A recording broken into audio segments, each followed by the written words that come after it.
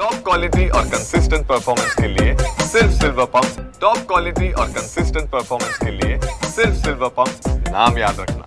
पुण्यात बोंधूबाबांच्या जादूटोण्याची मोठी चर्चा जी आहे ती सुरू आहे। मोठ्या प्रमाणात जी आहे ती ही प्रकरण आता समोर येताना आपल्याला एकूच पाहायला मिळतं। अशीच घटना जी आहे ती आता कोरेगाव पार्क पोलीस स्टेशनच्या अंतर्गत जी आहे ती घडलेली समोर आलेली आहे। एका बोंधूबाबाने सोन्याचा हांडा मिळेल यासाठी जादूटोण्याचा प्रयोग करत जी आहे ती एका महिलेला 2 लाखाचा गंडा जो आहे तो या ठिकाणी घातलेला आहे। याच संदर्भात बोलण्यासाठी आपल्यासोबत डीसीपी मिलिंद मोहिते आहेत।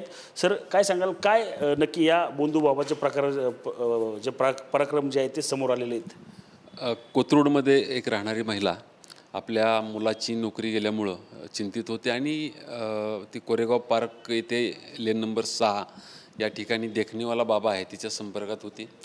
ती महिला त्या बाबाला 2 वर्षापासून ओळखते आहे, ती वारंवार जात पण होती। परंतु या मुलाच्या नोकरीमुळे व्यथित झालेली महिला जेव्हा गेली तेव्हा मी काही आघोरी प्रयोग करेल आणि ते प्रयोगातून तुला गुप्तधनाचा साठा मिळू शकेल असं तिला एक आश्वासन दिलं गेलं।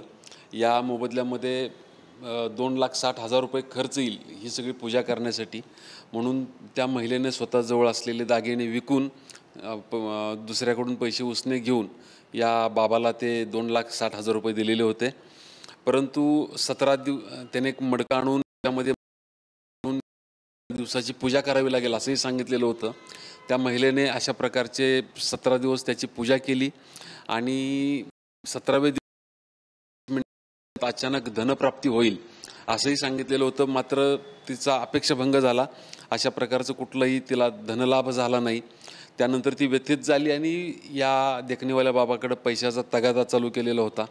त्यानंतर जर तू अशा प्रकारे जर पैसे मागायला लागले तर तुला मी बकरी करून टाकेल अशी भीतीसुद्धा दाखवलेली होती। त्यानंतर ती महिला पोलीस स्टेशनला आली आणि पोलीस स्टेशनने एक रेड केली आणि त्या देखणीवाला बाबाला अटक केलेली आहे। महाराष्ट्र अंधश्रद्धा निर्मूलन कायदा यांच्या अंतर्गत या देखणीवाला बाबाला आम्ही अटक केलेली आहे। त्यांनी या प्रकारे कोणाकोणाला फसवलेलं आहे याच्याबाबतसुद्धा आम्ही माहिती घेत आहोत आणि तपासामध्ये अधिक बाबी निष्पन्न होतील। या व्यतिरिक्त या बाबांनी अन्य कोणाला फसवलं असल्यास त्यांनी कोरेगाव पार्क पोलिसांशी अधिक तपास। नक्कीच आपण पाहिलं तर अन्य कुणी या बोंधूबाबाला जर फसलं असेल तर त्यांनी कोरेगाव पोलीस स्थानकात जे आहेत आपली तक्रार दाखल करण्याचं आव्हान जे आहे आता पोलिसांकडून झालेलं आपल्याला एकूणच पाहायला मिळत आहे। Cameraman Sushant Raut, Sameer Ranjit Jadhav, TV9 Marathi, Pune.